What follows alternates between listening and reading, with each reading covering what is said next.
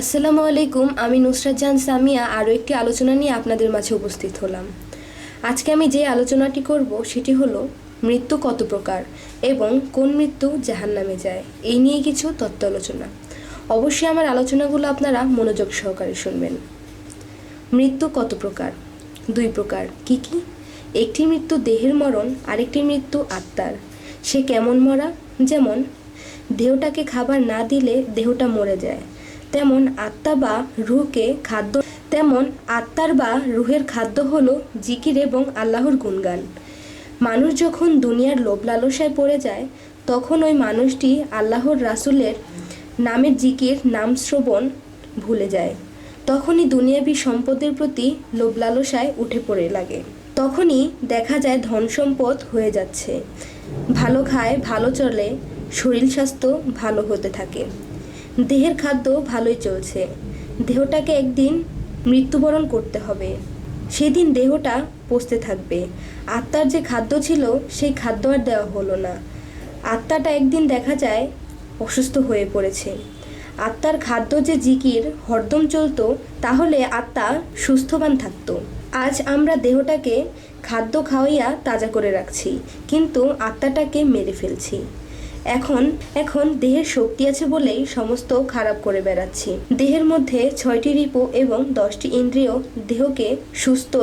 দেহের সুস্থতার সাথে সাথে তারাও শক্তিশালী হয়ে গিয়েছে এবং আত্মার দুর্বল হয়ে গিয়েছে। তখনই একটা মানুষ দেহর শক্তির দ্বারা বিভিন্ন খারাপ করে বেড়ায় এবং ওই মানুষের দ্বারা ভালো কিছু হতে দেখা যায় না। যাই কিছু করে সমস্ত কার্যকলাপ দেখা যায় কাম, ক্রোধ, লোভ, মোহ, মায়া, মৎসর্য, পরনারীর দিকে লোভ থাকে, পরে সম্পদের দিকে লোভ লালসা করতে দেখা যায়। এমনকি শত্রুতাও করে, মানুষ মেরেও ফেলে।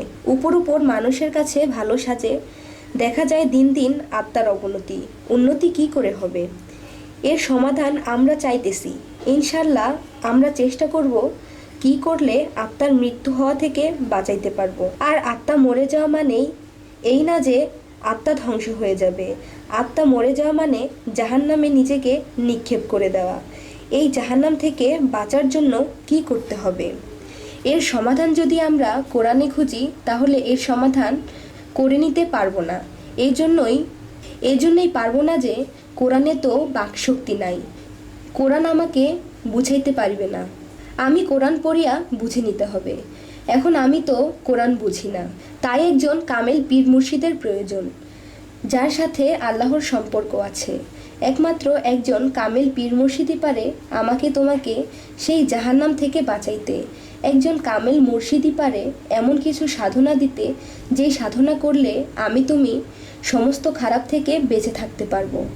আর আমার মুর্শিদের সাধনার পাশাপাশি আমার তোমার মুর্শিদকে নিজ রাসূল ভাবিয়া সাধন ও প্রেমধারা মুর্শিদের মনকে খুশি করতে পারলেই তো আল্লাহ খুশি হয়ে যাবেন। আমাদের সকলকে আল্লাহ তৌফিক দান করুন। এই বলেই রাখছি, সকলেই ভালো থাকবেন এবং আমাদের ভিডিওগুলো যদি আপনাদের ভালো লাগে, আমাদের চ্যানেলটিকে সাবস্ক্রাইব করে আমাদের সাথেই থাকবেন। আল্লাহ হাফেজ।